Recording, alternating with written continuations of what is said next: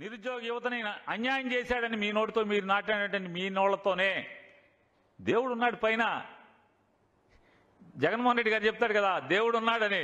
దేవుడు ఉన్నాడు కాబట్టే మీ పాపపు నోళ్లతోనే నిన్నటిదాకా జగన్మోహన్ రెడ్డి గారు ఒక్క ఉద్యోగం కూడా నియామకం చేయలేదు అన్నటువంటి మీ పాపపు నోళ్లతోనే మీరే ఇవాళ ఎలక్షన్ కమిషన్ దగ్గరికి వచ్చి సంతకాలు పెట్టి జగన్మోహన్ రెడ్డి గారు రాష్ట్రంలో అద్భుతమైనటువంటి సచివాలయ వ్యవస్థను ఏర్పాటు చేశాడు. ఆ సచివాలయాల్లో 1,60,000 మంది ప్రభుత్వ ఉద్యోగుల్ని నియామకం చేశాడు. వాళ్ళ ద్వారా పెన్షన్ పంచండి అని సిగ్గు ఎగ్గు లేకుండా మీ నోళ్లతోనే మీరు సమాజానికి ప్రపంచానికి జగన్మోహన్ రెడ్డి గారు చేసినటువంటి మంచికి మంచి చెప్పేటువంటి మనిషిగా మీరు ఇవాళ మారారు.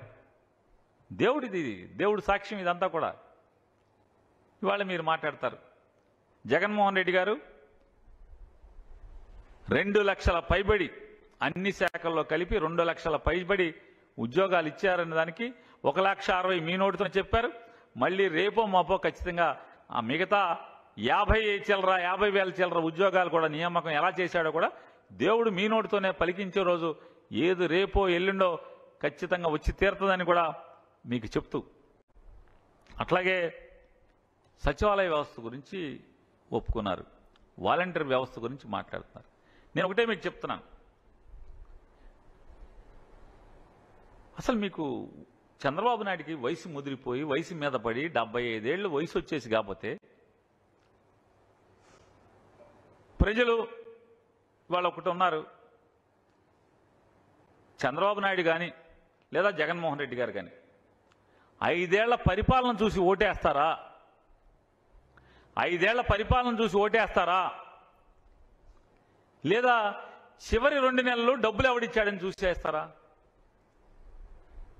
చివరి 2 నెలలు పెన్షన్ ఎవరిచ్చారా అని చూసి ఓటేస్తారా? లేదా 5 సంవత్సరాలు పరిపాలన ఎలా చేశారని చూసి ఓటేస్తారా? మనం కూడా ఇచ్చాం కదా, చివరి 2 నెలలు 40,000 కోట్ల రూపాయలు ఇచ్చావు కదా, పసుపు కుంకం రైతులకని చెప్పని డబ్బులు ఇచ్చావు కదా, 40,000 కోట్ల రూపాయలు వేసా అని చెప్తున్నావు కదా. మరి జనం ఎందుకు ఓటేయలేదు? పచ్చడి ఎందుకు చేశారు? ఎందుకు చేశారు? ఆ లిస్టులన్నీ నీ జన్మభూమి కమిటీలే తయారు చేసినాయి కదా. వయసు మీద పడి అల్జిమెరస్ వచ్చి కానీ కొద్ది మార్చుకోండి ఆ నాయకుడిని. 5 ఏళ్లు పరిపాలన చూస్తారు. చంద్రబాబు నాయుడు 5 ఏళ్ల పరిపాలన చూశారు. చివరి 2 మాసాలు చేపను పట్టుకున్నట్టుగా గేలానికి ఎర్రేసినట్టుగా పసుపు కుంకుమని రైతుకి నేస్తమని ఇట్లాంటి ఎర్రలేసినంత మాత్రాన ఎర్ర తినేశారు. వాళ్ళ దారి నాడు జగన్మోహన్ రెడ్డి గారు గంపలో పడిపోయారు. అంతేగాని చంద్రబాబు నాయుడిని ఏమి నమ్మలా.